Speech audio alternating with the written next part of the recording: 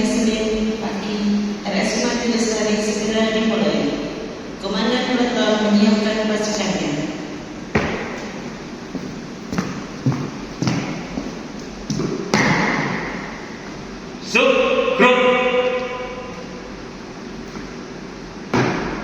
Pembina apel memasuki tempat apel.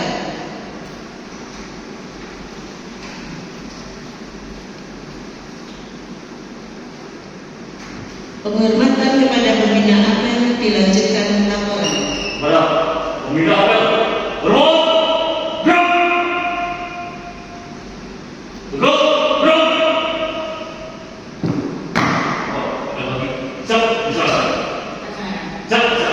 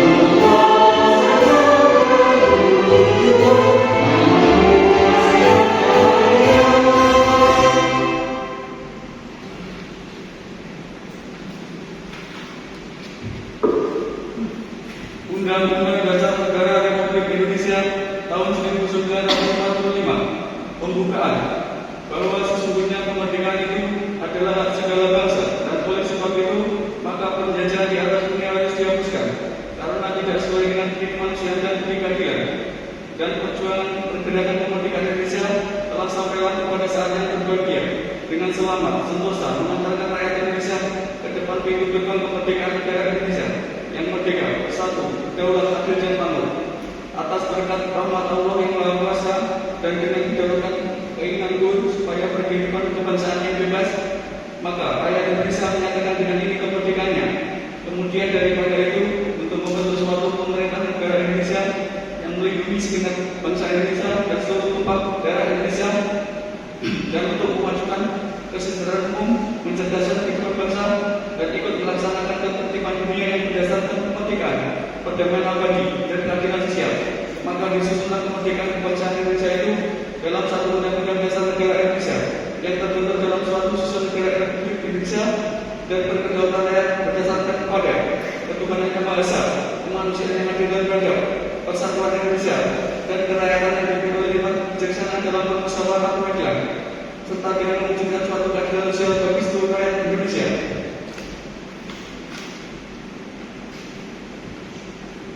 Pembacaan Pancasila.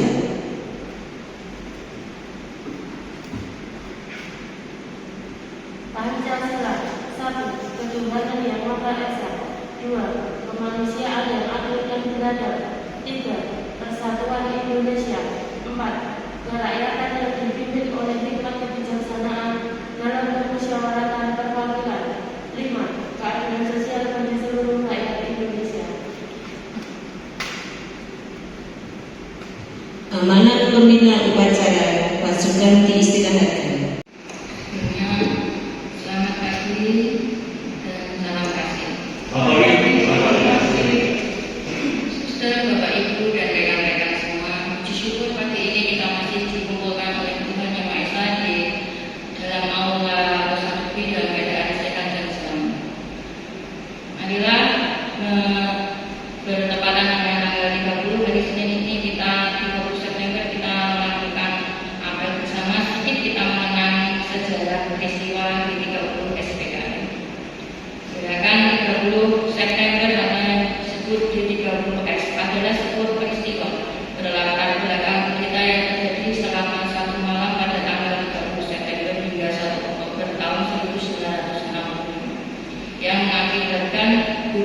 6 jenderal serta 1 orang perwira pertama militer Indonesia, dan jenazahnya dimasukkan ke dalam suatu lubang sumur lama di area Lubang Buaya Jakarta Timur. Presiden Soekarno menyebut peristiwa ini dengan istilah Gestop Gerakan 1 Oktober, sementara Presiden Soeharto menyebutnya dengan istilah Gestapu Gerakan 1 September 30. Dan pada Orde Baru, Presiden Soeharto mengubah sebutannya menjadi G30 SPKI, Gerakan 30 September PKI. Sejarah pengkhianatan terbesar yang ada dalam sejarah Indonesia PKI atau praktik komunis Indonesia dianggap bertanggung jawab atas peristiwa ini. Suster, Bapak Ibu, dan rekan-rekan semua, terkait dengan pelayanan rumah sakit oleh semua staf, baik manajemen sampai staf pelaksana, semua harus bersinergi dan saling berhubungan.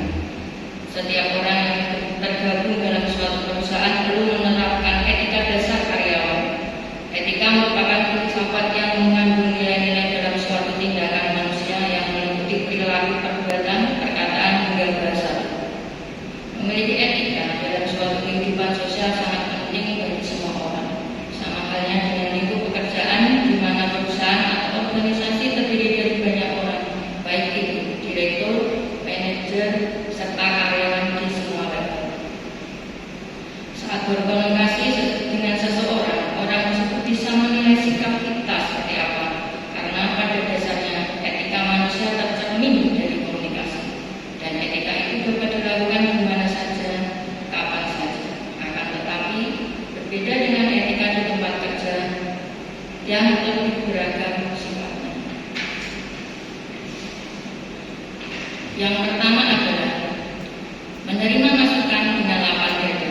Dalam suatu pekerjaan kita menemukan orang-orang baru dari berbagai suku, agama, maupun karakter yang berbeda. Maka kita harus bisa memahami atau beradaptasi dengan keadaan agar kita bisa dengan nyaman saat bekerja. Yang kedua, menyapa rekan kerja. Dengan menyapa rekan kerja setiap pagi, kita telah melakukan hal yang baik untuk menjaga komunikasi. Mereka pun akan merespon sapaan kita.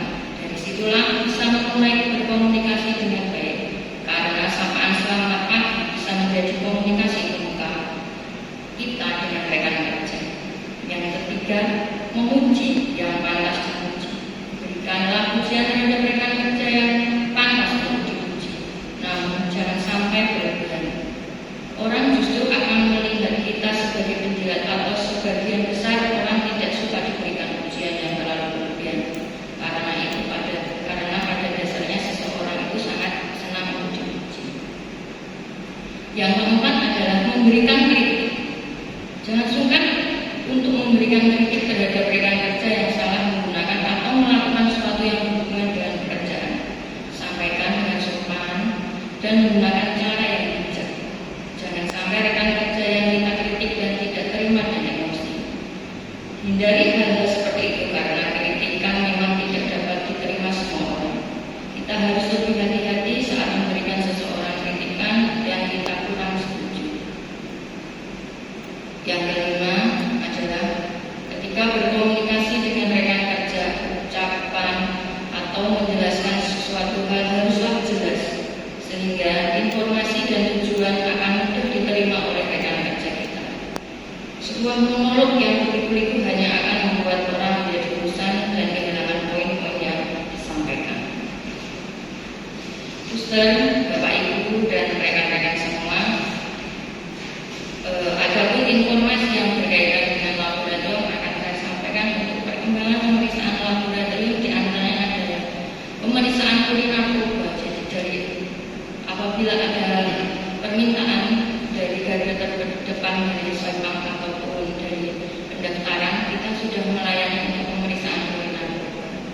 Yang kedua adalah pemeriksaan sputum gram untuk mendiagnosa adanya pneumonia. Setiap sampel maksimal kita terima di bawah jam 9. Jadi maksimal penerimaan sampel sputum gram sama dengan BTA atau IgM jam 9 pagi. Yang ketiga adalah BDRS. Kita akan ada pelayanan prospek sendiri, tinggal menunggu sarana dan prasarana. Jika siap, kita insya Allah sudah mampu untuk melaksanakan proses meeting di Bandara Rumah Sakit kita Maju Istana. Terima kasih Bapak Ibu, saudara-saudara, suster semua. Hari ini adalah hari Senin yang bertepatan tanggal 30 September, yang mana tanggal 30 September adalah hari ulang tahun Rumah Sakit tercinta kita, Rumah Sakit Umum Madu Lestari yang ke-33 tahun. Semoga dimudahkan dan dilancarkan semua program manajemen dan direksi. Amin. Dan marilah kita dengan sukacita untuk menyanyikan lagu panjang umurnya untuk Rumah Sakit Marji Lestari. Monggo 1, 2, 3.